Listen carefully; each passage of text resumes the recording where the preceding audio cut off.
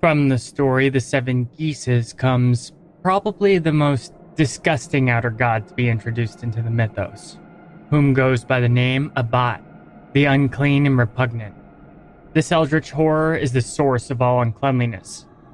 The outer god's appearance is a pool of fluctuating gray organic mud-like matter, and is both mother and father to constantly birthing horrors that fall out of it.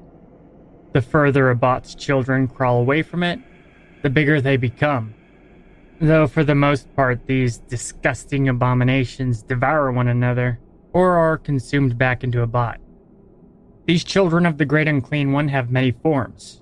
Some look similar to Abhoth, being pulsating organic masses with random mouths, eyes, and tentacles constantly forming, changing, and morphing into something else, growing organs and appendages like arms, fins, legs, claws, mandibles, and mouths. But no two children of the Outer God are alike, and they're also all very complex life forms, though most of them have little intelligence, acting more out of instinct than anything else. But they can be intelligent too, just more rare.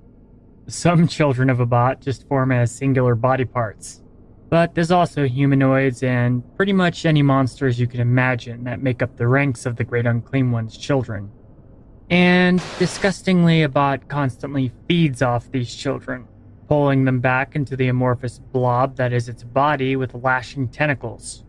This eldritch horror exists in a never-ending circle of constantly birthing and then feeding off of its own children. And though the Outer God does have an unending hunger to eat its own children, it's interesting to note that Abhoth refuses to eat the human protagonist from the Seven Geeses, the story it's featured in. Abhoth literally says through telepathy that it won't eat the human for fear of endangering its digestion. And the Outer God also says that humans are quite alien to its experience. Which, pretty much proves that Abhoth is one of the lesser Outer Gods. Because, most have very few limitations. Though this might have something to do with the theory that Abhoth is the father and mother of viruses, and so is pretty much alien to natural organic life in a sense. Some even going so far as to say that all viruses are actually just a part of Abhoth. These are just theories though. But the one thing for sure about the Outer God is that it's the source of all miscreation and abomination. Abhoth's also one of the few Outer Gods to show signs of personality. In a way that humans can comprehend at least, having a twisted and cynical mind.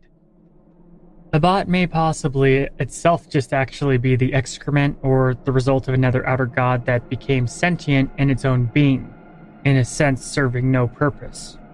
It's even rumored to have been spawned by Shub-Niggurath, which is a twisted fertility god, and another Outer God that we will get to.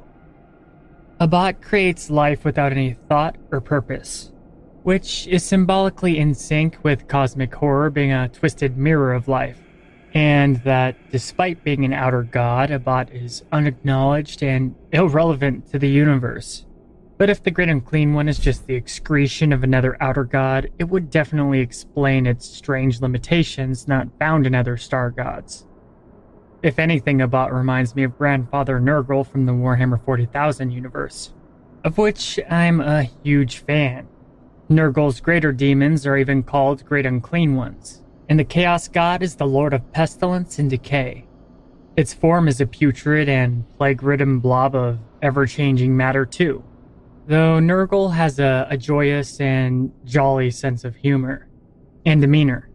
The two do seem pretty similar though. I think that Nurgle could have even been inspired by Abhoth. Warhammer is pretty old, but the Seven Geeses in which the Outer God was first featured was released all the way back in 1934. So the Lovecraftian horror is way older than Grandfather Nurgle.